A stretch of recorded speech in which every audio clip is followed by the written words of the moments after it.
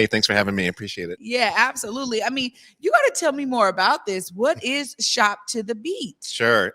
So this is a program that the Office of Economic Development came up with to support both two of our hardest hit sectors due to the pandemic, and those were our small businesses and our musicians, our local musicians.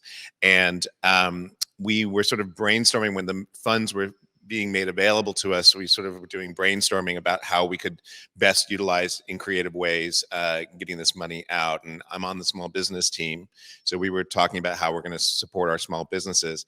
But I'm also the nightlife advocate for the city. So I work with all of our musicians, our music industry, our performance halls. And so I wanted to make sure that we were doing something specifically for that industry as well. And a former colleague of ours at the time came up with the idea. He's like, well, wouldn't it be really cool to see musicians playing in a place where you wouldn't expect them to be? And to sort of have that surprise element of when you're walking into a store and all of a sudden you're like, wait, there's somebody performing here where they wouldn't normally be. Well, that's intriguing. And so we thought that that would be a great way to put money directly into the pockets of musicians while allowing them to perform, which they hadn't been able to do for 2 years, and stimulate foot traffic and hopefully therefore revenue to the small businesses, and as a way to liven up and generate excitement and color and interesting, vibes within our neighborhoods. So that was sort of the basis for how this came together, and it's been really fun, and it's really taken off. This is really innovative. You're talking about some fun ways of doing business, but supporting two hard hit sectors. And we know, I mean, we are going to be talking about, I think, the financial effects of COVID for quite some time, because it's just been one of those things where it's had a ripple effect on so many different industries. And it's important for us to be able to identify how we as a city, I think, can really showcase some different ways of doing business, because we've all had to make these adjustments. For you in your role, I mean, tell us a bit about what's really exciting to you, because, kind of serving in this dual capacity with small businesses and as a nightlife advisor, this is really like a real merge of what you're doing for the city. Yeah, it really is. And it's very exciting. It's been a tough couple of years because our live music places were the first to shut down, and they were the last to reopen, and they didn't have other revenue streams or modes by which that they could generate revenue for themselves, like restaurants could do to-go food and things like that, but they didn't have that.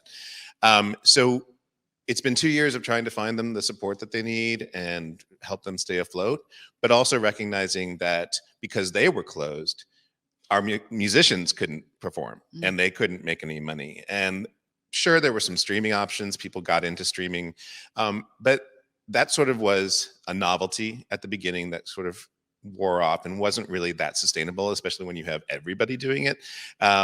So this was a way to allow them to perform, put money, a competitive wage, directly into their pockets, and just get them back into that rhythm of being out there connecting with audiences.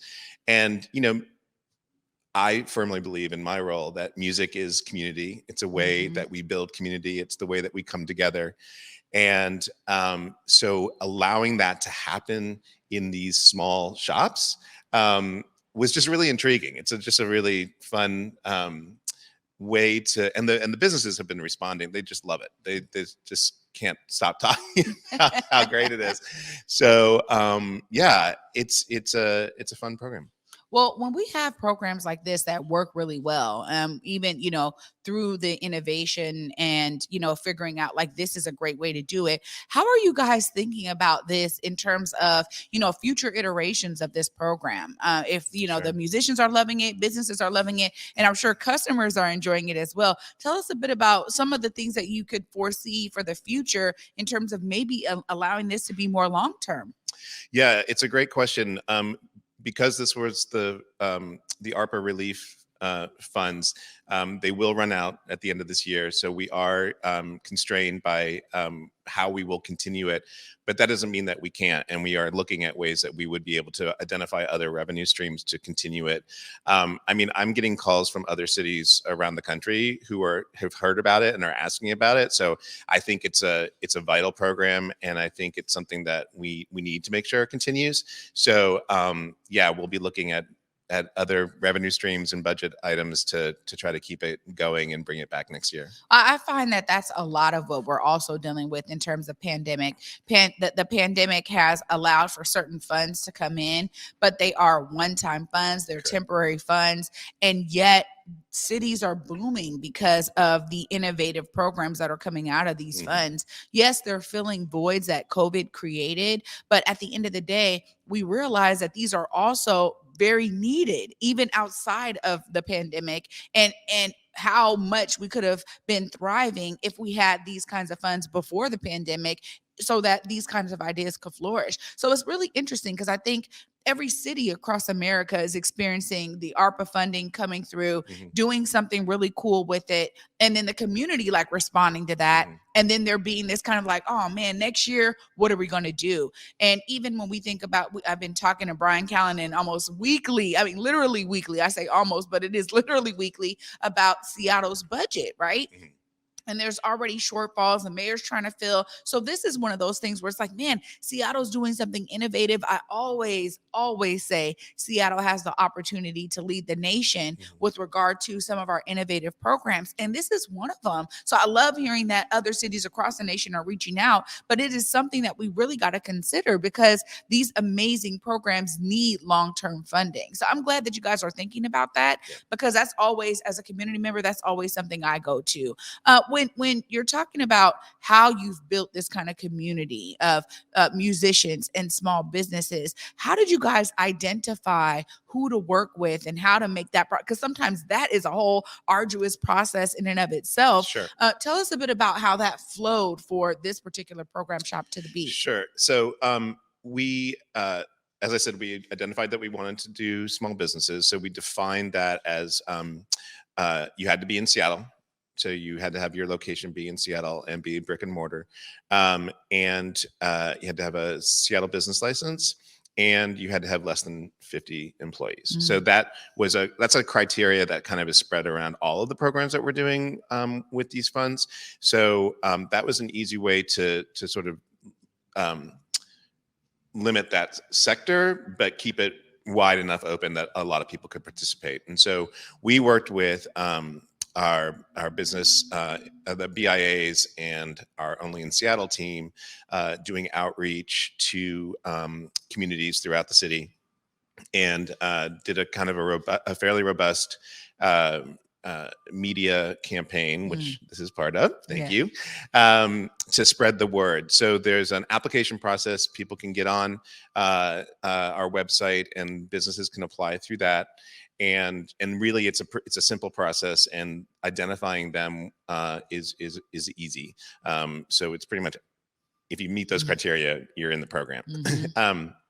As for musicians, we partnered with an organization called Gigs for You, who I had worked with before and knew through their work out at the airport, at SeaTac Airport. They do the music at SeaTac program.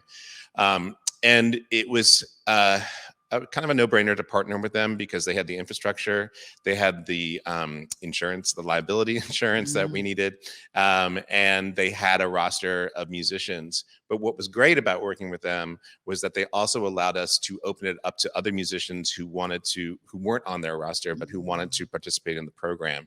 And so there's also an application process for musicians to go to Gigs for You and fill out their application form.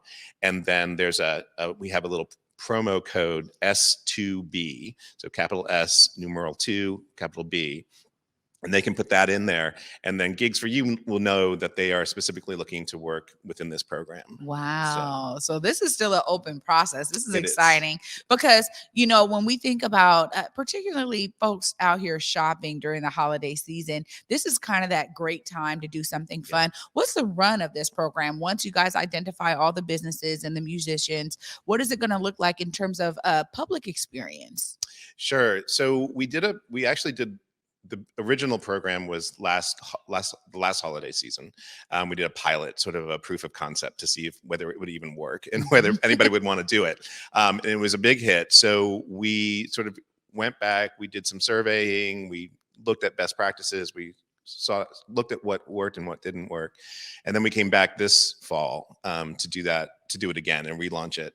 And we had a number of repeat businesses that had done it before who had been clamoring to do it again. They just kept asking, when are we going to get to do this again?